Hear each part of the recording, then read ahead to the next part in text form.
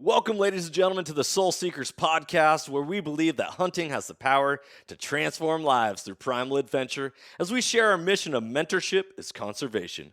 To learn more about everything we do, check out our show on Carbon TV or go to soulseekersnation.com. Freedom on, everybody, and stay soulful. If you want to take your shooting experience to the next level, then check out Coltac gear for 100% made in America products. Coltac manufactures specialty gear designed for long-range shooting, hunting, and other tactical applications. From their support bags, suppressor covers, shooting mats, and a whole lot more, Coltac is creating tough, durable, and innovative gear for both civilian and professional markets. Go to coltac.com to see all that they have to offer. That's cole-tac.com. If you are looking to get a new rifle or build your own, look no further than Kelbley's. Kelbley's actions and rifles have a higher level of accuracy and hold 92 world records set on either one of their rifles or rifle actions. Whether you're looking for an ultralight mountain rifle or wanting to compete in precision rifle shooting, Kelbley's has you covered. Go to kelbley.com to find out more or give them a call as their customer service is the best. That's KELBLY.com. Kelbley's. If you're looking to take your hunting to another level, there's no better way to do it than by subscribing to onX Hunt. If you want to get better at hunting and go deeper into your scouting, onX is the #1 GPS app for that. Join the millions of hunters who trust onX Hunt to find more game, discover new access, and hunt smarter. If you want to know more about onX, go to onxmaps.com/hunt or download their app today for a free trial. If you are wanting to become more accurate and deadly with your shooting, one of the best things you can do is upgrade your trigger with a Timney. Timney triggers are 100% made in America and have been since their founding, providing a crisp, reliable, and repeatable trigger break every time.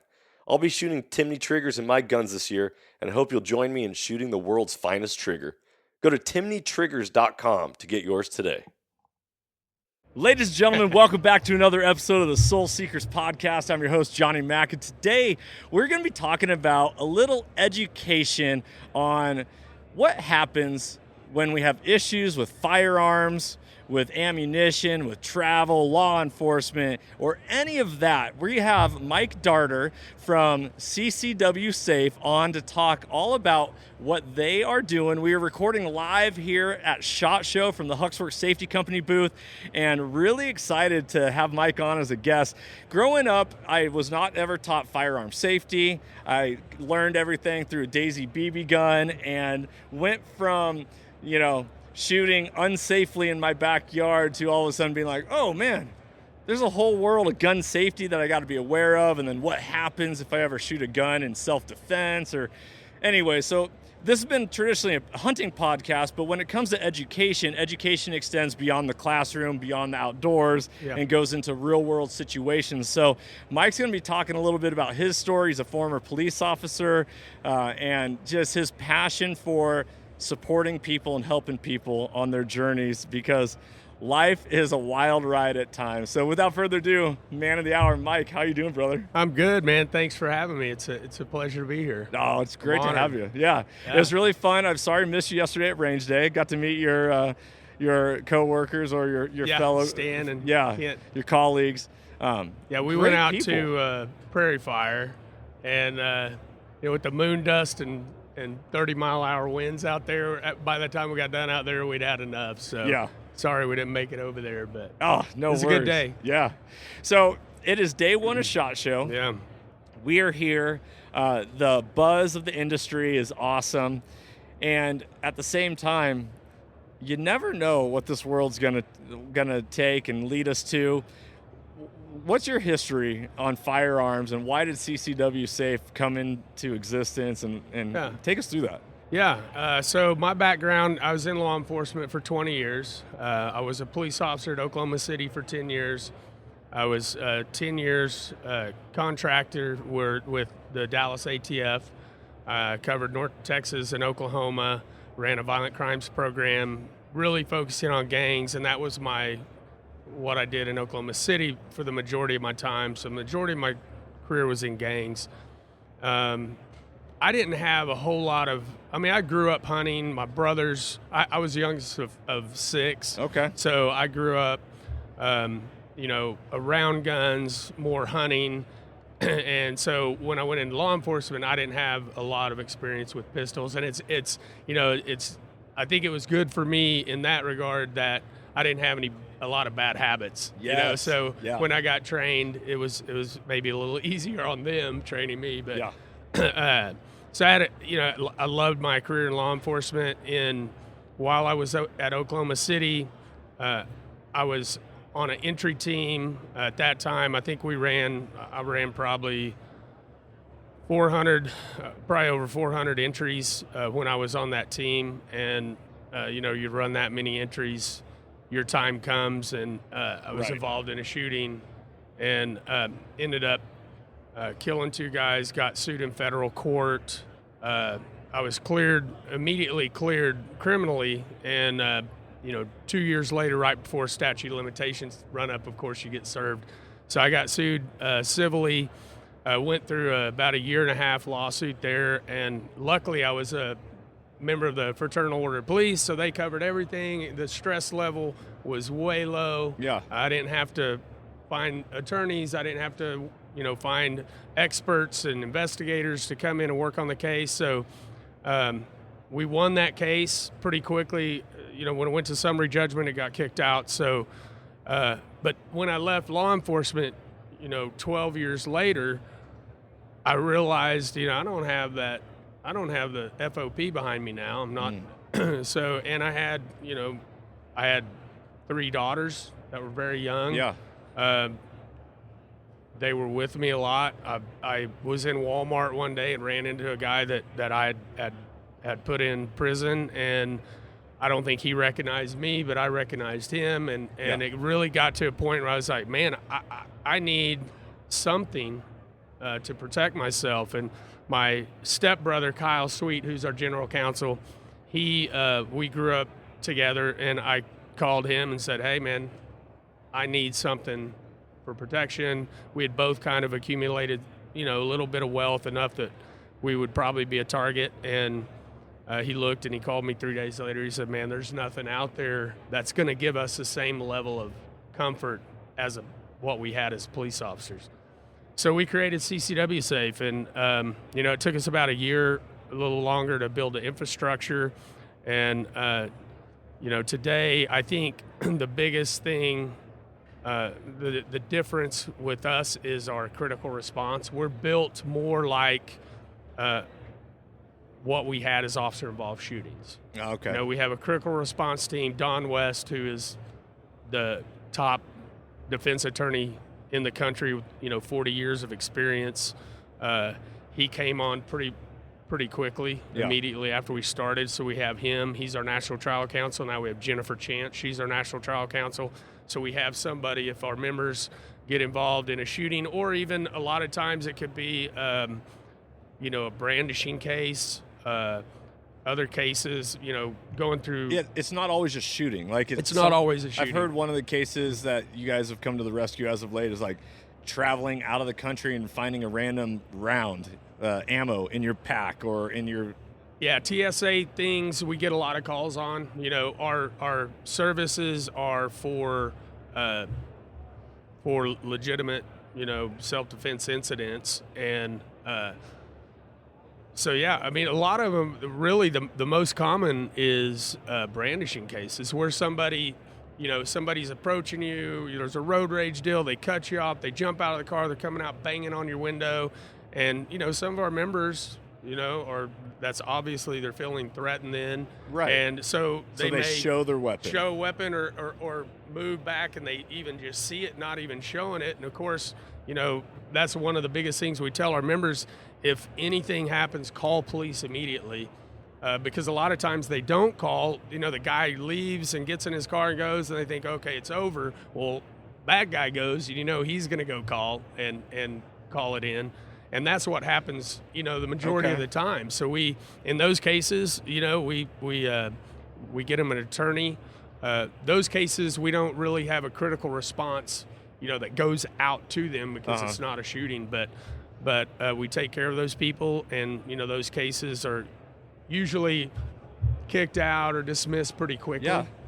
Especially when they see the defense that we have coming in. So, okay, I have so many questions, and this might take us down rabbit holes or different, like, spider web of conversation. But as a firearm owner and a proponent of the Second Amendment, it is our right to bear arms. And arms doesn't just cover a weapon. It covers the ammunition and the whole gambit. So, as a former police officer, like, and maybe I'm talking from ignorance, so we're gonna go real basic level. So like just pulling out my firearm in a self-defense mode in public, even if I'm not shooting it, is that a crime? No. Well, so, and this is one of the things we tell people. If somebody is let's just take a scenario of somebody approaching your car. Whether it be a road rage deal, maybe they may even think you're somebody else approaching your car, yelling at you, and so forth. We always tell people, don't open a door, don't roll down a window. If somebody comes to my car and starts banging on my car and I open the car, somebody may pull in the parking lot just at that time and they see me as the aggressor getting out of my car. So you have to be really careful. Andrew Branca talks about removing the ambiguity and stripping that away, which, and we teach that a lot in like self-defense courses. Right. I do a lot of stuff with women's self-defense, and, you have to build your case as you're going. And if, not rolling down windows, not opening doors, whatever, that's going to help your case because you're not engaging. If you show a firearm, and it comes down to me, and I think as a law enforcement officer, I'm going to look at each case differently. If there is a 5'4", 100-pound woman in her car, and there's a 6'2", 245 banging on her door, and she, pulls a weapon, that's a legitimate threat for her. Yeah. That's a legitimate threat from her. And she can, you could easily say, yeah, this guy could do great bodily damage to her. So it's on individual cases, but generally, brandishing is, if you draw a weapon or show a weapon as a threat, or to, a lot of times law enforcement will see that as brandishing. And we get a lot of those cases. Okay, but a lot of times, they'll get dismissed out. And so brandishing a weapon, what's the definition of that real quick? Because before Second Amendment, we talk that, we have to understand First Amendment. So freedom of speech is critical, and that all comes down to definitions of words and how we use them. Yeah. So brandishing a weapon as a former police officer, the way you look at it is someone who has it visibly in public? Who pulls out a weapon, showing it to somebody to get them to back off. Then you have pointing a firearm, which is a felony. So it kind of goes from there. Being in law enforcement for so long, especially back in the 90s, the 80s and 90s, that was the best time to be a cop. I mean, it was, we had the most discretion. Yeah. So, it's brandishing is just showing a weapon if you're trying to back somebody off. We got Sam's over here. He's off camera right now. He's not mic'd up. Sam, did you know that brandishing a weapon or pointing a weapon is a felony? So pointing a firearm. You knew that? If I draw a firearm and point it at him, that's okay. That's so what is it during COVID or whatever? That husband and wife that were defending their house, and the husband had his AR. Yeah, he was out there on their porch. Yeah. So that's illegal, or if he points it.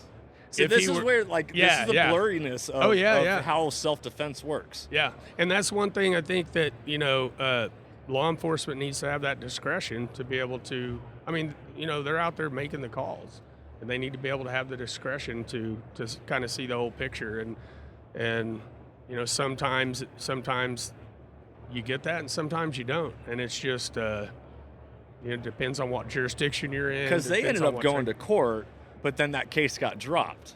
Yeah. because they were under threat. I don't think they were. Can't say specifically. I didn't read through the whole case, but I don't think they were pointing it at anyone. They were just out there with their. So if you're in a self-defense position, like a castle law, for example, right? Like you're on my property, you're in a self-defense position, even pointing a weapon at somebody, that is a felony? Well, so if you're in your house, and this is kind of a good thing to go over, like the Ted Wafer case is an example. Ted Wafer, and that's Don West and Sean Vincent put out these articles on our website that are free for everybody to go look at, and they're these high-profile cases. And that was one of the cases, was the Ted Wafer case, where he was in his house, and there was a female late at night came banging on his door trying to, get in his house. Yeah. And he had a shotgun, and as he opened the door, shotgun went off accidentally, he claimed, but he got sentenced. He got prison time over that. We had a member of ours send us a letter after that case, and this was a guy who lived out somewhere. I want to say it was Colorado to Montana, somewhere up there, and he lived in a very rural setting. And a guy came to his house one night, banging on his doors, going around all of his doors trying to get in. Like, he was looking at him through the window and through the door, and he was armed, and he was going through the whole house. And it took police like 20, 30 minutes to get to his house. Uh-huh. And he sent us a letter, and he said, "Man, I'm so glad I read that Ted Wafer case, because I knew as long as I was in my house, I was good. I'm not opening any doors, but if he comes in, it's lights out. It's game on then, because if you're in your house, if somebody's on your property out in your yard, that's a totally different story. And it kind of goes along with what we talked about in the vehicle. Stay in the house, call law enforcement. If somebody's in a vehicle, banging on your window, that's one thing. Threat level goes up. Yeah. If they try to get in your vehicle or gain access to your vehicle, then, it's a totally different, that threat has gone up. Okay. And you can build that case to law enforcement if they come, and you can say, hey, I stayed in my vehicle, he was banging on my car, I kept everything locked. He started to gain access. That's when I drew my weapon, and that's great, because he's gaining access coming into your vehicle. Interesting. So it's kind of like, you have to build the case backwards, and that's the way law enforcement's going to come. They're going to look at the moment of the shooting, and they're going to start moving minutes back and minutes forward to see what you did prior to, and also to see what you did after. Yeah. So it's kind of it's like reverse chess. You have to. This is bringing up so many internal struggles with me, and this is a great podcast because this is exactly for all the listeners out there. Yeah. These are what you have to go through, and you have to identify all the time. So, first one. So inside the house versus on the property. In the state of Texas, you have the purple fence post, which is. That is notice, if you're on this property, you'll be shot on sight. Yeah. And that's legal. Yeah. And I don't know what other states have that. So if I put up purple fence posts all around my property and you're on it, is that no questions asked scenario, or? Well, there's, and what we talk. I'm not from Texas. Sam over here, he's born and raised. We talk about, is it worth, or even if somebody got in your house and got a TV and now they're out on your property trying to take it, is that TV worth probably the $10,000 to $15,000 minimum that you're going to have to go through if you shoot defending property? And that's a call that everybody is going to have to make on their own. I would highly advise against it, because a brandishing case, simple brandishing case, if I'm in my vehicle, somebody comes up, starts banging on my window, trying to open my door, if I just lean back and put my hand on a firearm or whatever, and they see it and they go call police, if I don't call police, they call police first, and that's a bad thing about it. Whoever calls police first, they win. They're the victim, quote victim, And that's what happens. They're going to call police. That case is going to be a minimum $5,000, probably $5,000 to $15,000. And that's on that. Now, if there's a shooting involved, it's going to go way up. You know, we're one of the only, I think we're the only company in the industry to date that's actually defended a murder one self-defense case in a full trial. And that was Stephen Maddox in North Carolina in 2017. And that was a case that was like, you could not have done more better in a case. He retreated twice in a stand your ground state against a defender who was almost double his size. It took 4 people to pull him off the first fight, 3 fights. He retreated twice and ended up shooting, killing the suspect. He was charged with murder one. Insane. And who's he charged by? The district attorney, he was charged or by the family members it was of it was a smaller jurisdiction, and that it kind of gets into a whole nother topic of discussion that's really valuable, is the the response to critical stress from your body. You know, this guy just fought 3 times. The second fight, he got away. Fight happened inside a convention center. First one, he ran out the door. Bad guy ran out another door, chased him, caught him in the parking lot, jumped on him again. He got away there, got to his motorcycle. That's where his firearm was, and he was sweating so bad he thought he'd been stabbed. He was pulling up his shirt trying to check, you know, am I stabbed? Why am I sweating so much? And then the guy came again. And like I said, the guy was 6'4", 240, 260, and our member was 5'10", 150. Yeah. And the critical stress that you go through, that adrenaline dump that you have, you know, he put the firearm down, or he ran away, put the firearm down, called police. Like, he called 911, told them everything. They got there, they get him back, and as they're interviewing him, they don't know this, but they ask him how many kids he has. He says the wrong number. Yeah. Says he had 2 kids when he has 3. Gave a wrong address. They don't know this, but he's so jumbled, and then that adrenaline dump just hits, and you know, they tell him that the guy was deceased, and he was, you know, what's your reaction going to be? So they see this, they saw this reaction is like, this guy, we're just going to charge him and put him in, charge him, and let the court figure it out. That's interesting. And so yeah, it's so just to jump in and share a physiological response that I had, not firearm related, but I was on a run. I was in a community where sidewalks, all this. I'm running on the sidewalk, and I saw a car coming at me. So I was running against traffic, but on the sidewalk, and there's an opening to an apartment complex. Mm-hmm. And once I got across midway of the apartment complex, this car turned off the main road and turned in, and it hit me. But luckily, this is a good. Are you a believer? You mm-hmm. believe in God? Yes. God spoke to me like a minute before that happened. It was like, hey, get your eyes up. And I looked, I was like, wow, that car is going really fast for this road.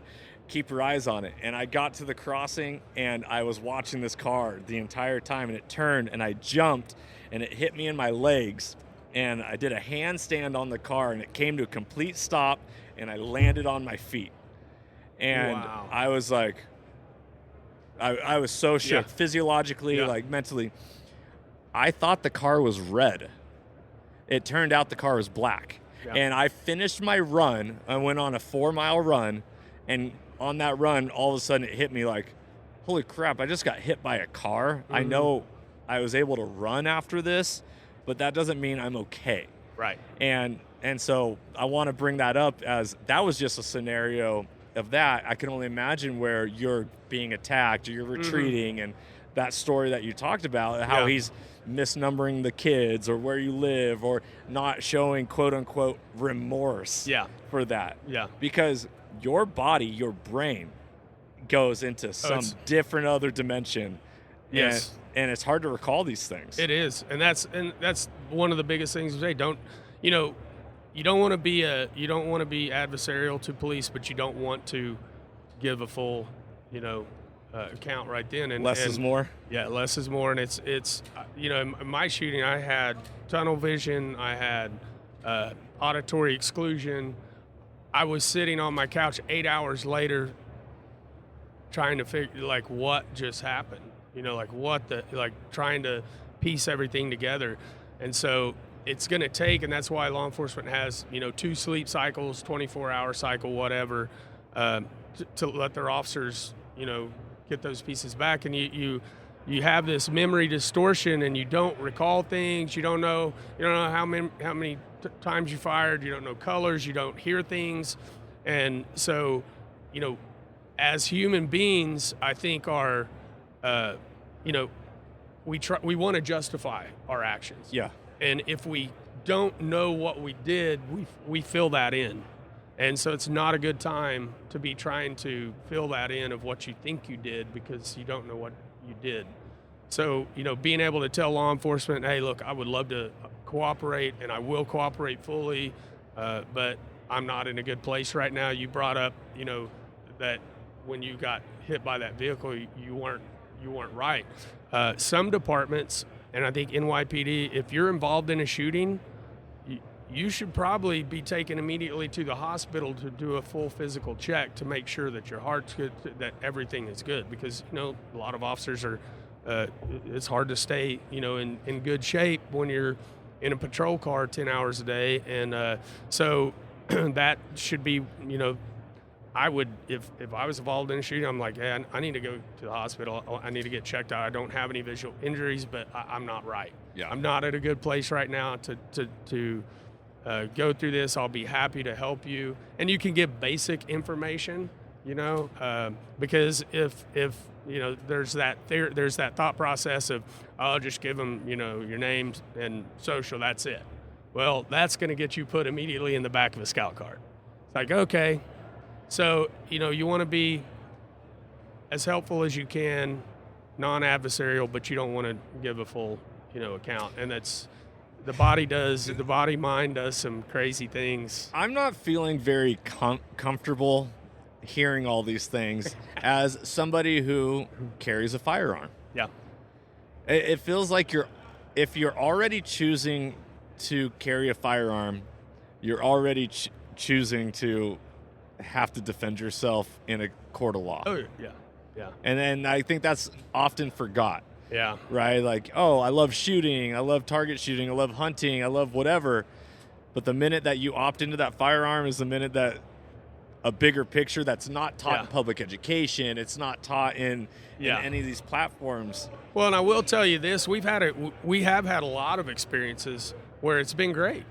Our people do say that, hey, I'd love to cooperate with you. I'm not in a great mind. And, these police officers now, they know it because a lot of them have been there. Yeah. And they know how these departments are on their shootings.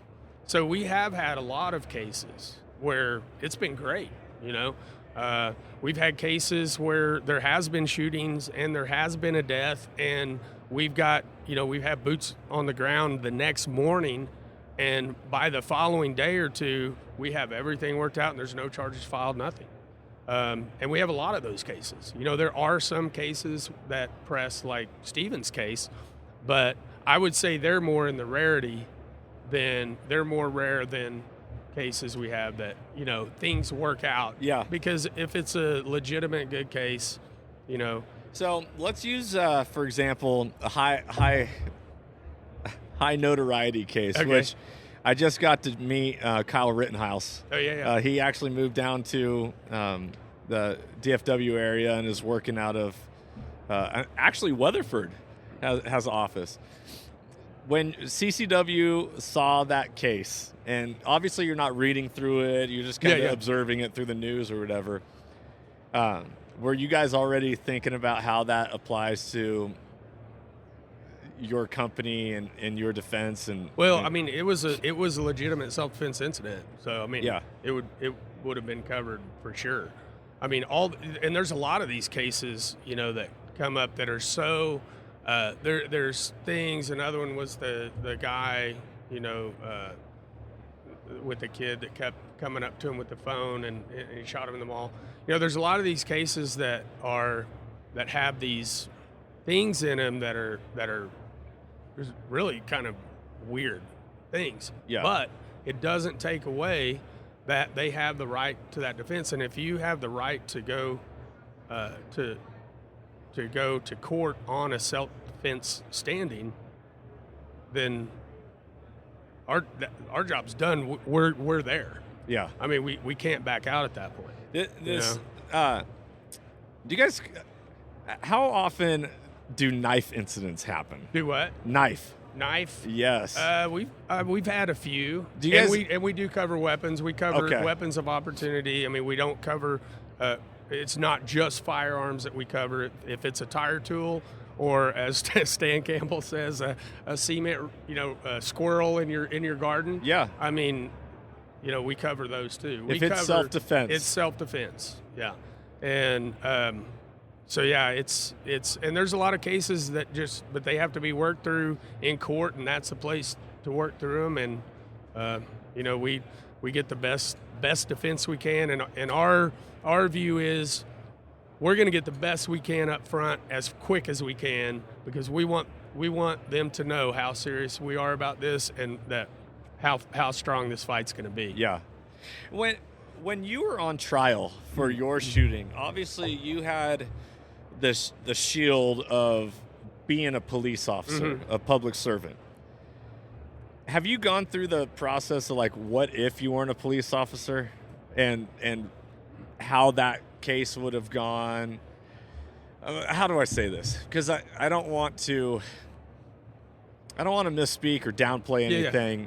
Like, you were responding to a call, something escalated, it happened.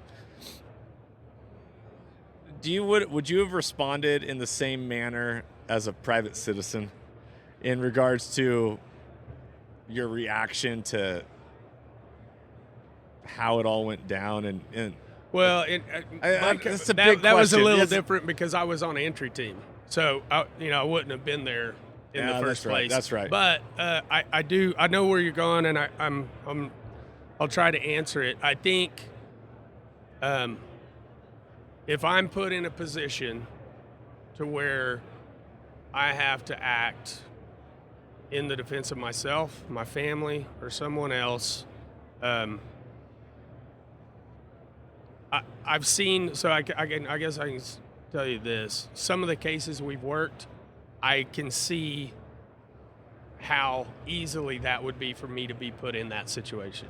Does that make sense? Yes. Like some of the cases we work that we have, I'm like, I see it and I'm like, yeah, I could totally see that. Yeah.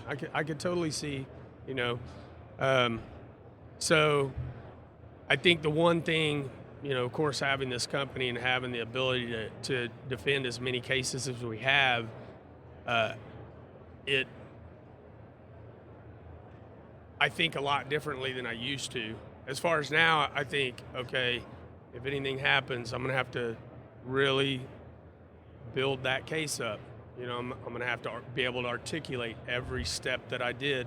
And, I've had where, people come up, yelling at your car, and you want to like, what, yeah, get into it. And you just have to, I've had people pull up beside me, yelling, and it's like, I want to look, I want to respond, but it's, I've learned a lot through doing this, and it's like, I gotta have all my ducks in a row, because if this thing goes, I gotta win it. Yeah. It's a lot to think about, and it is a responsibility. I mean, it's something that, like you're talking about, gun safety. I mean, it's gun safety, and then it extends to shooting and being, accurate with your firearm, and then it extends to being responsible as a person carrying that firearm, and what your actions are going to be or reactions are going to be. And it's just, it's tough. I mean, I think about it every time when I get my, when I put that gun holster on. It's like, you have to. Because if it's not on the front of your mind, then it's too easy to be forgot. Yeah. Okay, here's a scenario that I encountered recently. Flying back from the state of Washington. I was in an airport. I don't have a firearm on me. I don't have a knife on me because we're about to go through TSA. We're out, all that. There was some random crazy person in the Seattle airport following a husband and wife, calling the lady a bunch of names. And I'm standing against the wall with my 3 young children, my 3 young boys, observing this. And first off, these are, man, brings up a lot of emotions in me because I get real pissed. Yeah. Because number one, masculinity, like where was the masculinity in the scenario for the defense of this man's wife? Yeah. And where were the bystanders that were all standing around watching this happen? Right. Where was security? Where was police? Where was the people that are supposed to protect others? But at the same time, I also know that no one's ever going to come save us. We have to save ourselves. Yeah.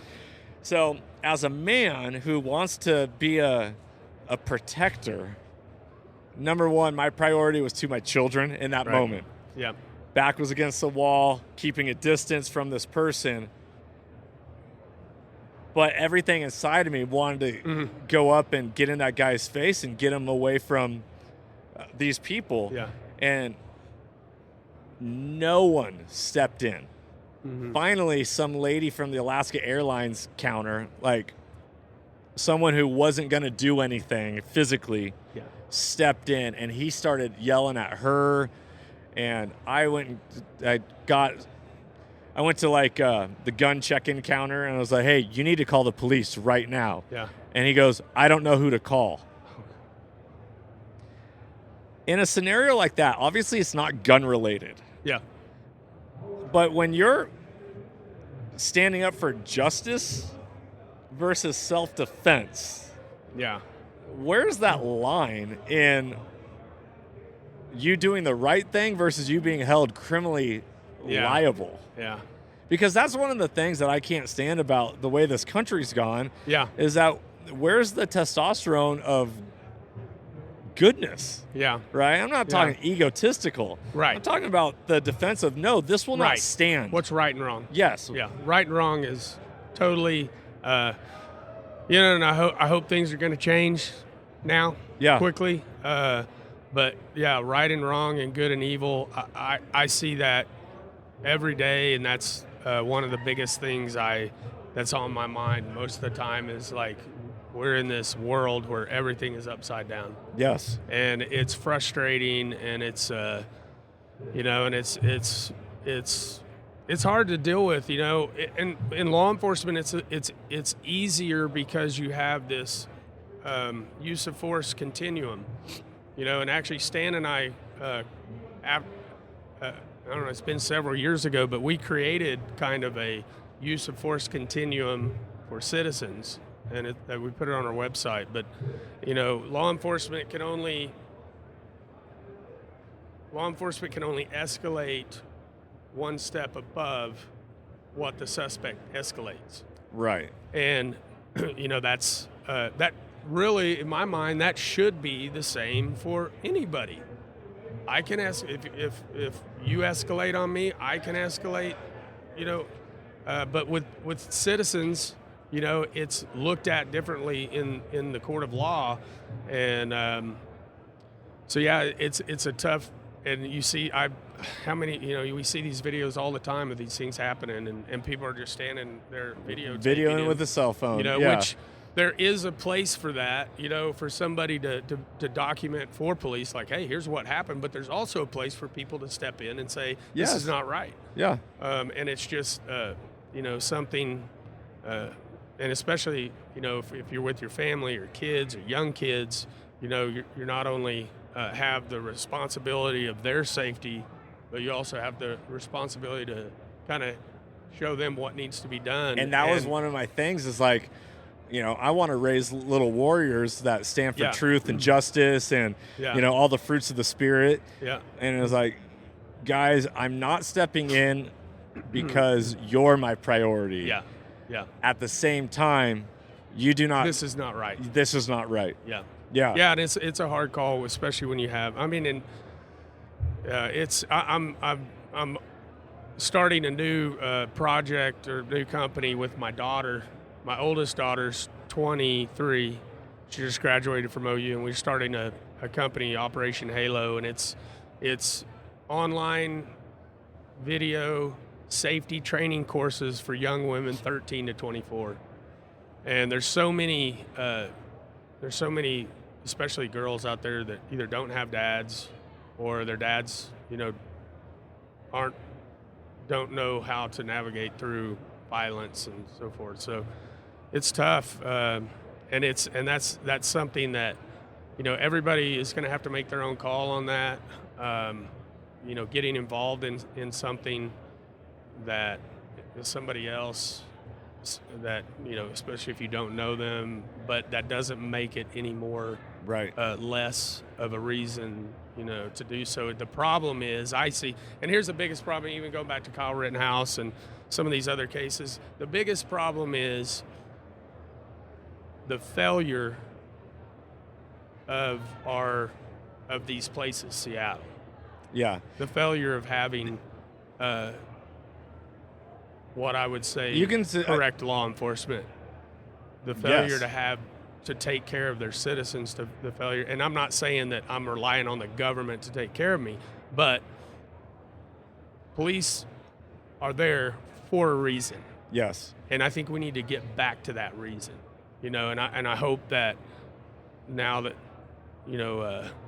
what was it, yesterday? Oh, yeah, dude. I got to watch the inauguration. It was awesome. I hope that things, I hope that there's some changes coming in law enforcement. We had a horrible swing, and I think that pendulum's starting to swing back.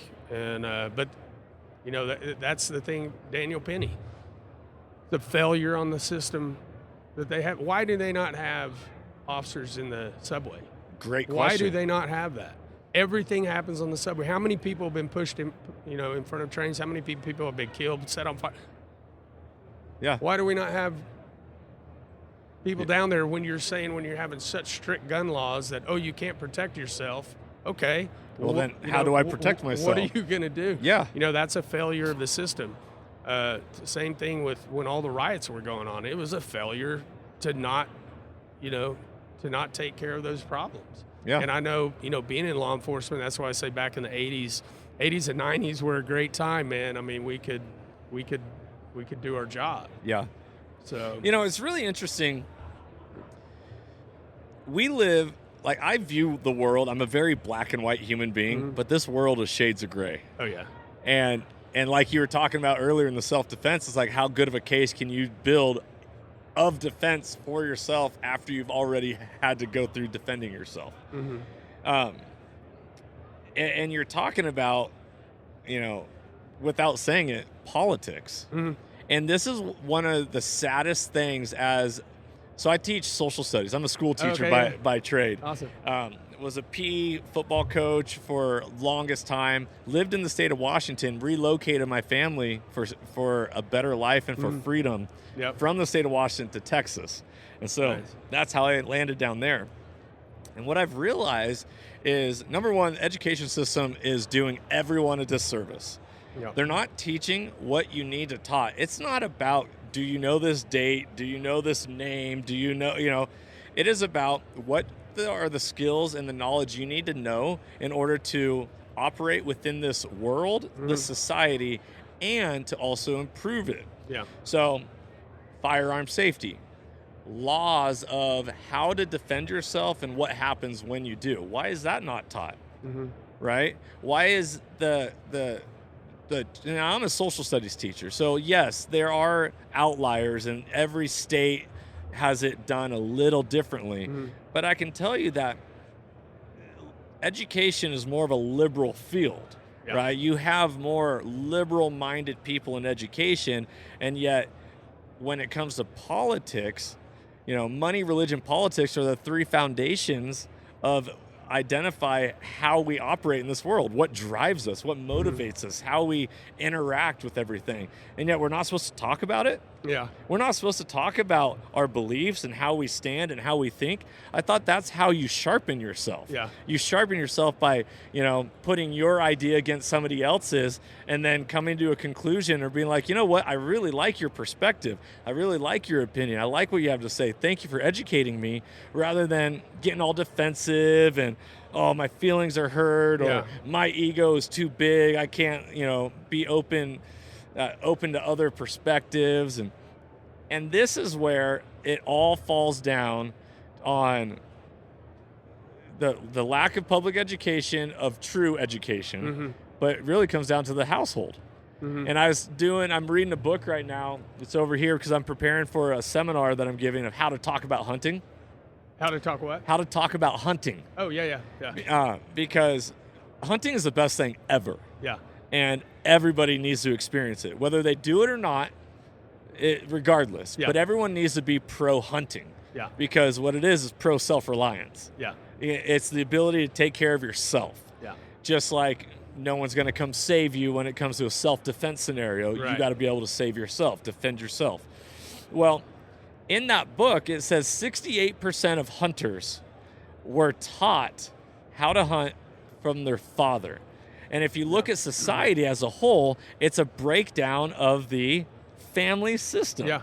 How many single-parent households are out there? Yeah. How many married couples are out there with children, but both parents have to work, so the state is raising the children, or it's daycares or public education, and so these people who might not have the same values, morals, views of the world are spending more time with your children than you are with them. Yeah. And that's a whole systematic issue, but that all ties into CCW Safe because it has to do with your education, your surroundings, and how you view the world and how you prepare yourself for this world and prior engagement, right? Yeah. Like you have to, the art of war? Yeah. You got to know your enemy better than they know themselves because that allows you to know how to operate in this world. Yeah. My father, he always said it only takes one punch to have your nose broken, right? Well, it only takes one time brandishing a weapon in self-defense or firing that weapon or whatever that case may be, and now you're in a world of hurt. Yeah, and it's a life changer. I mean, it really is. It changes your whole. It's the emotional, mental toll. I mean, it's a whole ball of, Yeah. So, but education is the key. I mean, you have to, learn as much as you can. And I we're talking about reacting and stuff. I think the more training you have, the more options you have. And that's what I have a boxing, judo, jiu-jitsu academy in Oklahoma City. We train, probably 95% of our members are law enforcement, first responders. And, the more training you have, the more education you have, the more, range time you have, the more options you have, the more time on the mat you have, dealing with self-defense, the more options you have, the more education you have, the more options you have. And it's all about education and, like you said, in every aspect of your life. Yeah. So what CCW Safe is almost like, and correct me if my wording is wrong, almost like an insurance policy for yourself. In the preparation of you ever having to defend yourself with a weapon. And instead of it costing you $5,000 to $10,000 or $15,000 in the defense fund, you're paying into it monthly. Yes. And so it's a legal, so we're not an insurance, but we are a legal service membership. So we formed our own captive insurance company to cover the risk of the company. So when we have, our members pay, like Stephen Maddox in that case, 2017, his case ended up being in between, I think, $350,000 and $400,000. He didn't get an invoice. He didn't get a bill. He never got anything. And he was on $179 a year, I think, and I think he was on a monthly. So you get the member benefits that our members get. It's it's similar to insurance, but it's not insurance. But it's a legal membership service. So the benefits they get are, attorneys not only finding an attorney, recommending an attorney, taking the attorney and say, this is who we recommend. They go with it if they want it, or if they want another one, we have to vet those attorneys and make sure that they're going to be good. Yeah. So we find them, we pay for them, we find the investigators. An investigator in a case, $45,000 it can be up to. Some cases you might need 2 experts. You might need a firearms expert. You might need a forensic expert. Those each could be $35,000 to $60,000 each. So yeah. They get those benefits, whatever they need at the time, and that's going to be over a 2-year period, probably, before it goes to trial. Yeah. You have pre-trial and then you have trial. So, yeah, they get the benefits. What is the cheapest membership that entry level? I want to have some sort of protection in regards to. I think it's I'd have to look on the site to see exactly what it is. It's always like $149, started out $149 and started out like $12 to $16 a month or something like that. That's a great deal for the peace of mind in which, that's 2 trips to $7. Yeah, I call Starbucks $7 because every time you go, it's like $7. Dude, I got a cup of coffee, just drip. Yeah, $5 yesterday, and I was like, since when is a cup of coffee $5? Yeah, so it's economical. I mean, we haven't had any, we've had our rates there for a few years, if not more. Yeah. I don't see any increases coming up. So the whole you get put. Well, I guess you're not necessarily getting handcuffed and taken to jail right away from this. And my one phone call is the CCW Safe, or is that kind of the scenario that? Well, we tell our members to call law enforcement immediately and then call us. A lot of times we'll get calls from somebody who's already in jail or a detention. We've got calls from the backseat of a scout car.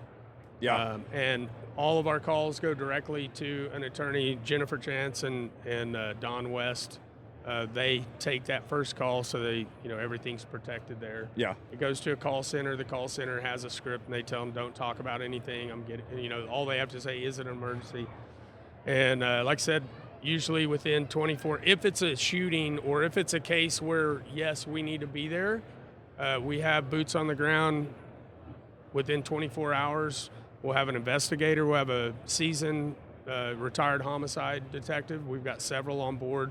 They go out, they start working with the member and the family on the kind of the criminal justice side of how things are going to go. And then we have the Don West or Jennifer will go, and they will work on the legal side with the attorneys, finding the attorney as fast as they can and, getting all that taken care of. So, sometimes, you might be taken to a, especially if you say, hey, I want to cooperate, but, I want my attorney present. Once you say that, they really can't do anything. They can't question you more because I want my attorney present. So it may be in the back seat of a scout car for an hour or more. It may be going down to an interview room, or it may be going to jail because they're just going to say, well, we're just going to book him and let the court work it out. But that's where we come in of trying to get bond. Trying to get you out immediately if you are put in jail. We have a lot of cases where they're not, so we work on bail, getting them out, and then from there, retainer fees for attorneys, looking at investigators going to be first up, to try to start working that, and then the experts are going to come later. So, man, Sam, I'm looking at you. I'm like, we should probably become members of CCW Safe. Yeah, we're in. Yeah, absolutely. What's the website? CCWSafe.com. Okay. Now, I poked around on you guys' website prior to us recording and all that. You already mentioned you have some articles on there that are great reading for people to go through in preparation. You have a lot of stuff on your website. Yeah, we have a YouTube page, too, that has tons of stuff on it. You can go and look at costs of a trial. We have all kinds of interviews with different people, a lot of stuff through Don, Sean Vincent. So, yeah, that's a good resource, too, because there's a lot of stuff that we've done. If you become a member today, you might not see these articles that came out years ago. So, Right. dig deep and go look in the resources, go look at our Facebook page. And everything's our precedent as YouTube. well, right? Like we're using this as information for. Yes. So you need to. Hey, if you don't remember the past, man, you're bound to repeat it. You know? Yeah. You got to study history. Oh, of course. Yeah. Yeah. For sure. Man, brother, I'm so honored that you're a guest Oh, here. thank you. I'm honored to be here. It's great. You're awesome. Do you hunt? I used to. I was going to tell you my hunting story. So I used to hunt. I did a lot of waterfowl, duck hunting, goose hunting, deer. But I was deer hunting when I was in the gang unit, 1999, Thanksgiving Day. It's my third day out. We were three days out. We were out in this. We saw a lot of owls out there.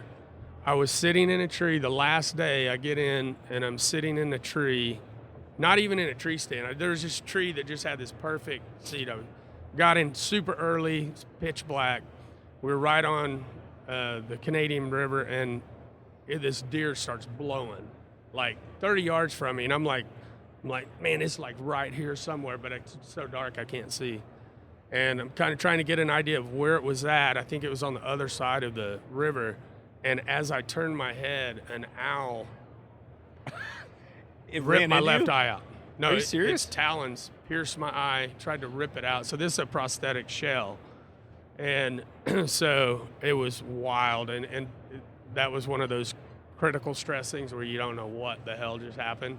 It actually kind of knocked me out a little bit for a few, just for probably a few seconds. But I was sitting there, and the blues of the morning kind of started coming in, and where you could just kind of see, and I knew something was off. My whole left side of my face was numb, and I reached up to wipe my eye, and it was blood, and I freaked out. I threw my gun on my shoulder, got down out of the tree. I started yelling at my partner in my gang unit was with me. He's about 40 yards down. I was like, Mike, I was looking, I've seen eyes out before, and I was kind of looking on my shirt, like, where is it at? And then I started freaking out. I started digging through leaves, like, help me find my eye. Like, that's how far out it was. And I didn't know what had happened at the time. I mean, I thought I got hit by I saw a hunter about 100 yards the day before, and I was scared to feel the back of my head. I thought I've been shot.